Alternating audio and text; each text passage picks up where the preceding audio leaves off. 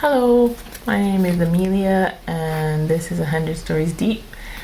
I'm going to be reading from The Underground Railroad by Colson Whitehead. I chose this story because it's a little bit grim and it talks about race in a slightly different way than you normally hear.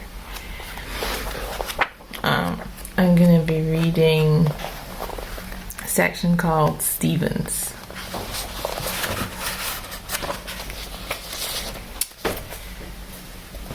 The anatomy house of the Proctor Medical School was 3 blocks away from the main building, second from last on the dead-end street. The school wasn't as discriminating as the better-known medical colleges in Boston. The press of acceptances necessitated an expansion.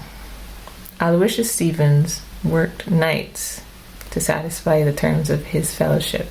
In exchange for tuition relief and a place to work, the late-night shift was quiet and conducive to study.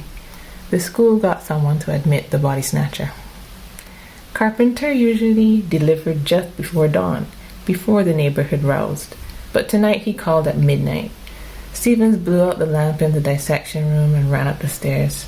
He almost forgot his muffler, then remembered how cold it had been last time, when autumn crept in to remind them of the bitter season to come. It rained that morning, and he hoped it wouldn't be too muddy. He had only 1 pair of brogues, and the soles were in a miserable state. Carpenter and his man Cobb waited in the driver's seat. Stephen settled in the cart with the tools. He slid down until they got a healthy distance away in case any of the faculty or students were around. It was late, but a bone expert from Chicago had presented that night, and they might still be carousing in the local saloons. Stevens was disappointed about missing the man's talk. His fellowship often prevented his attendance at guest lectures, but the money would remove some of the sting. Most of the other students came from well-off Massachusetts families, spared worries over rent or food. When the cart passed McGinty's and he heard the laughter inside, Stevens pulled his hat down. Cobb leaned around. "Concord tonight," he said, and offered his flask. As a matter of policy, Stevens declined when Cobb shared his liquor. Though still in his studies, he was certain of various diagnoses he'd made about the state of the man's health. But the wind was brisk and mean, and they had hours in the dark and mud before they returned to the anatomy house. Stevens took a long pull and choked on fire. "What is this?" "One of my cousin's concoctions. Too strong for your taste?" He and Carpenter chortled. More likely, he had collected last night's dregs at the saloon. Stevens took the prank in good cheer. Cobb had warmed to Stevens over the months. He could imagine the man's complaints when Carpenter suggested that he stand in whenever one of their gang was too besotted or incarcerated or otherwise unavailable for their nocturnal missions. Who's to say this fancy rich boy could keep his tongue? Stevens was not rich and was fancy only in his aspirations. The city had started hanging grave robbers lately, which was ironic or fitting, depending on one's perspective, as the bodies of the hanged were given to medical schools for dissection. "Don't mind the gallows," Cobb had told Stevens. "It's quick enough. The people are the thing. It should be a private viewing, if you ask me. Watching a man shit his guts is indecent." Digging up graves had fastened the bonds of friendship. Now, when Cobb called him doctor, it was with respect and not derision. "You're not like the other sort," Cobb told him one night when they carried a cadaver through the back door. "You're a wee shady." That he was. It helped to be a wee disreputable when you were a young surgeon, especially when it came to materials for post-mortem dissection. There had been a body shortage ever since the study of anatomy came into its own.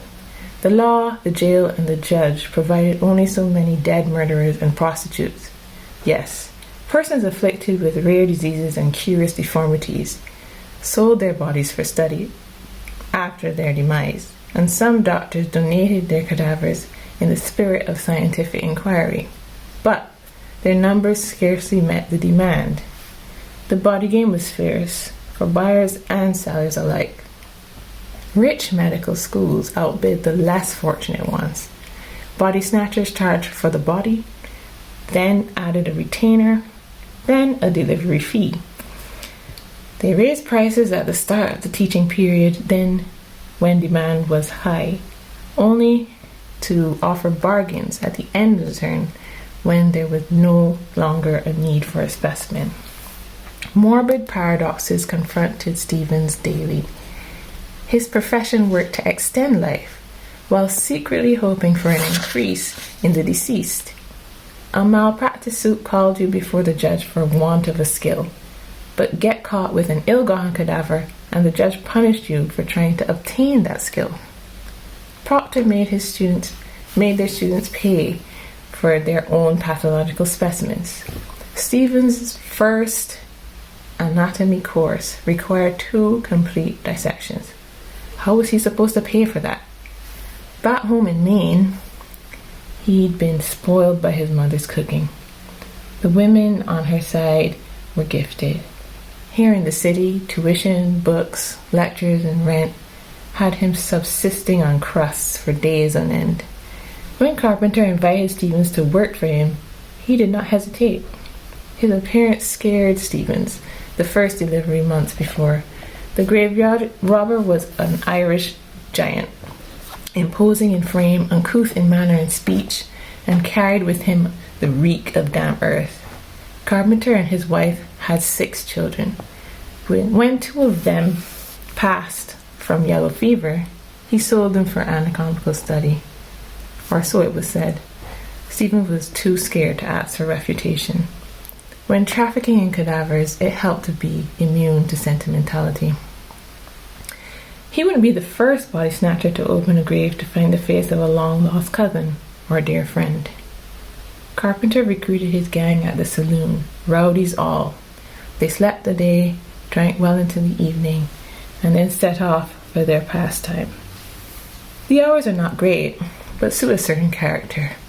Criminal character incorrigible by any nature.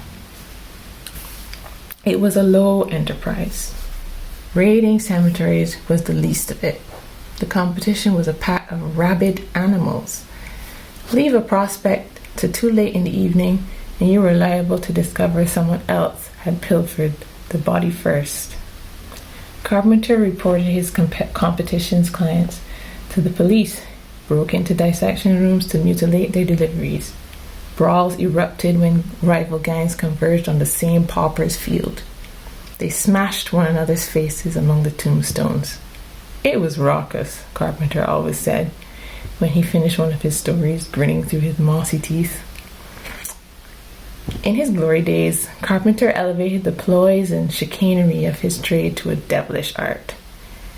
He brought rocks in wheelbarrows for undertakers to bury and carried away the deceased.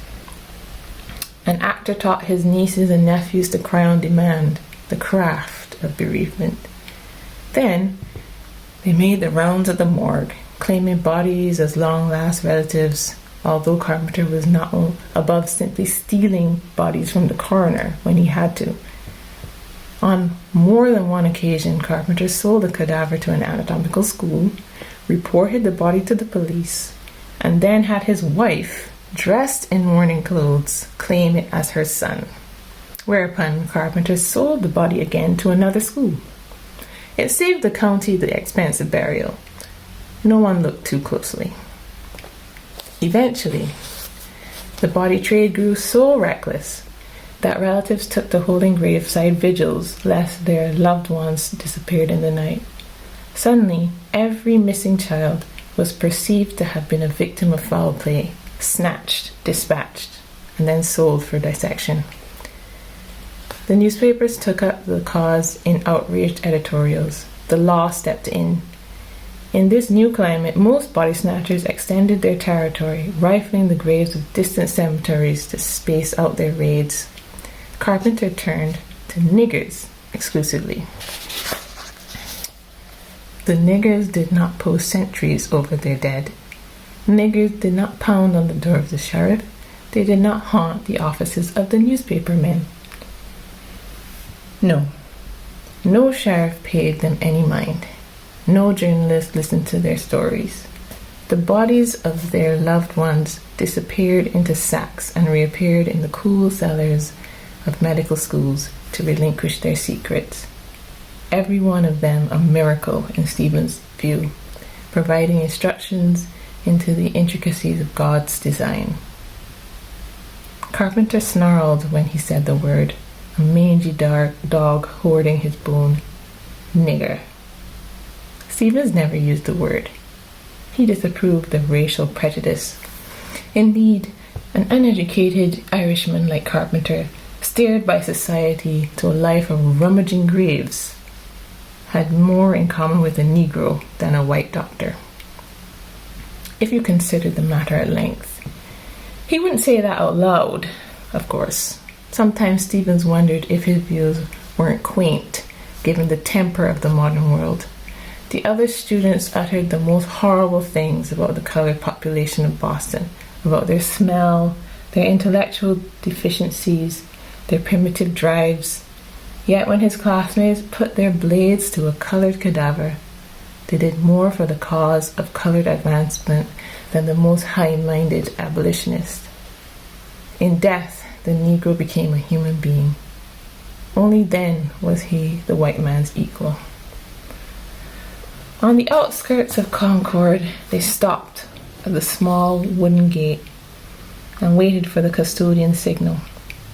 The man waved his lantern back and forth, and Carpenter drove the cart inside the cemetery. Cobb paid the man's fee and directed them to this night's bounty: 2 large, 2 medium, and 3 infants. The rain had softened the earth. They'd be done in 3 hours. After they refilled the graves, it would be as if they were never there. Your surgeon's knife. Carpenter handed Stevens a spade. He'd be a medical student again in the morning. Tonight, he was a resurrection man. Body snatcher was an accurate name. Resurrection man was a bit florid, but it held the truth. He gave these people a second chance to contribute, one denied to them in their previous life. And if you could make a study of the dead, Stevens thought from time to time, you could make a study of the living and make them testify as no cadaver could. He rubbed his hands to stir the blood and started to dig. That's it. I think it's important to reflect on the fact that racism was permeating every institution and profession during slavery, but also after slavery. So, in a way, nothing is exempt. Even something as morbid as grave robbing. Thanks for listening. You can listen and watch more of the 100 Stories series if you subscribe below. Thanks and goodbye.